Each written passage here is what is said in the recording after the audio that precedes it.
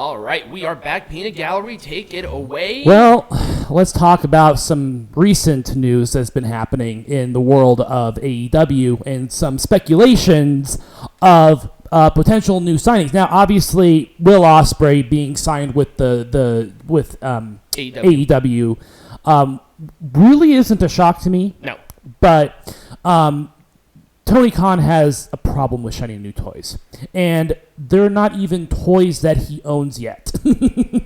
So what is the situation with Ronda Rousey's contract? So Ronda Rousey does not have a contract with AEW. She just appeared on a per appearance basis. The reason that she was brought on was to increase interest in the Ring of Honor product. It didn't work. No. This is not Ronda Rousey of 2017. Right. But we really do need to talk about this because I think it's getting a little out of hand. A little out of hand? I mean, it's been out of hand since time immemorial. But, there's a lot of speculation going around that Ronda Rousey, Goldberg are signing with the company. There's even rumors that CM Punk is coming back to the company. But we really have to talk about this obsession with signing people. I mean, it's become almost a cliche at this point. It's been a cliche for a while, but this is getting, when you said it's getting a little out of hand, it is getting a little out of hand. This roster is so bloated. Yeah. Where everybody can show up on every single show. Yep. It doesn't matter. And here's the problem that we run into with having too many people on the roster is that it creates a situation where storylines might get too overblown. They don't make sense. They don't matter. There's every week there seems to be something new going on with AEW. And now they're introducing a new title. Yes, called the Continental Champion. Why? Because that's what they want to do. Again, it's the obsession with something new happening that really kind of rubs people the wrong way. It's like, what's wrong with what's going on now? Well, the problem isn't that you don't have enough titles. The problem isn't that you don't have enough talent. The problem starts at the top. And nobody feels out in their own sphere. Right. Other than MJF and maybe Tony Storm. Those are the only two that feel like true, legitimate, honest-to-God stars. There's no contender that I see that could be credible in any way, shape, or form. Right. It's indicative of what the problem is. It's a lack of truly good leadership. And I hate having to bring it up all the time, but, with potential Goldberg signings, I mean, you have to be almost desperate at this point. They are desperate. That's the problem. This is desperation. They're trying to sign people so WWE can't get them because anybody that showed showed interest. Right. And hey, WWE was guilty of that a number of years ago when they tried to sign everybody and anybody that they could. But there's such a thing as right sizing.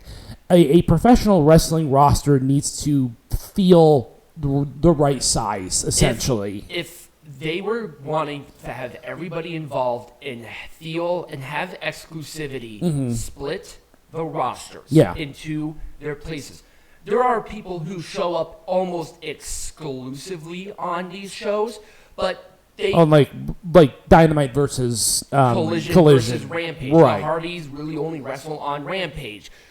Miro and Andrade El Idolo really only wrestle on Collision, and then MJF, Adam Cole, they really only wrestle on Dynamite. But they have shown up on the other places, and so it's like, and then there are people that they signed a long time ago that aren't even on anymore.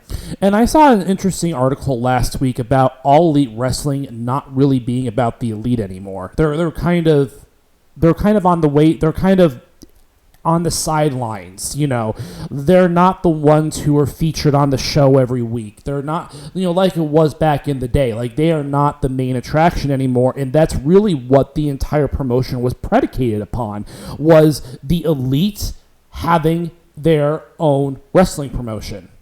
But at the same time, that was the elite in 2016. Right. Or whatever. Yeah, 2017, 2018, 2019.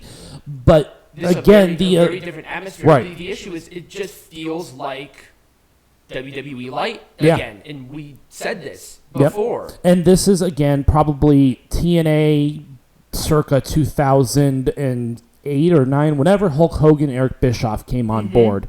This is very much how it feels, and we know that TNA, while they did hire a lot of stars in that era, they were a lot of ex-WWE guys. Yep, and they just crash into each other. So. Right.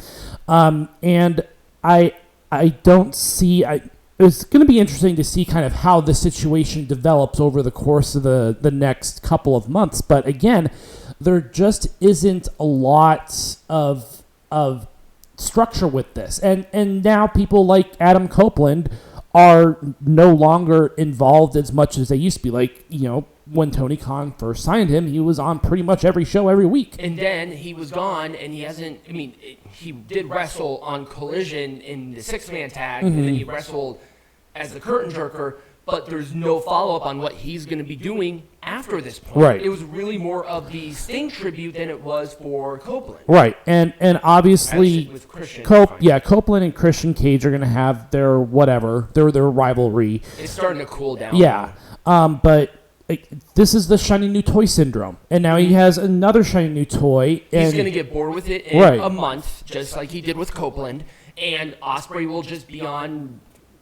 He'll be on every He'll be on every show, and then he'll get bored, and then he'll want to sign someone new. But it's like, at what point do you realize that signing more people is not going to improve your situation at all? Yeah, it's just simply not going to happen. Right. And really, was signing Will Ospreay this big deal? He was already showing up on the show. Yeah, he was. He was already pretty much a part of the roster, Yeah. I mean, it would be shocking if he did end up joining the WWE, but at this point, it's like, okay, cool, and what are you going to do with him? Yeah. And, Ospreay, his contract is done in February, I believe. So there's already 2-3 months of essentially him going to do nothing. Right. Other than the United States champion situation. Right. But who cares already? Right. This whole thing is...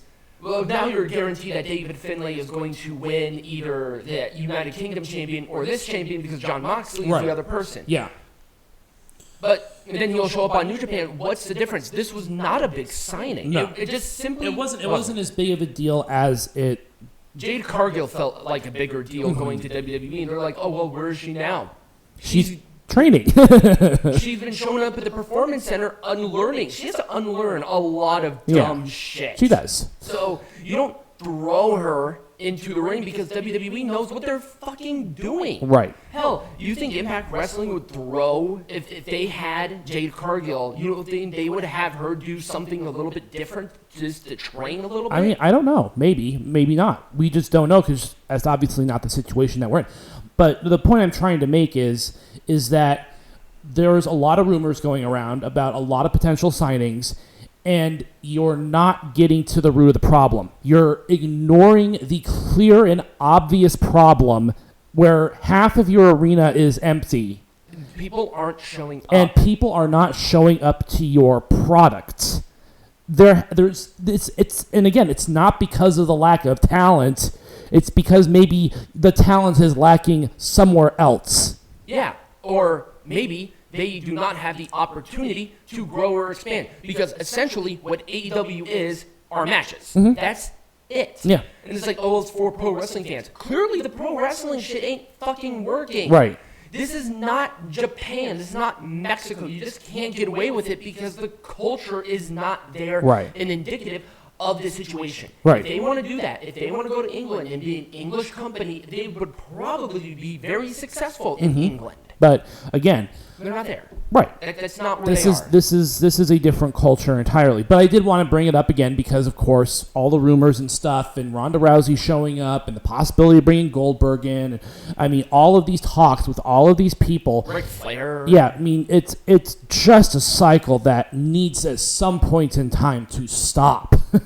Well, the way that it's going to stop is if Daddy tells, son dearest, to cut the shit out. Right. And not the cocaine. That's a totally separate issue.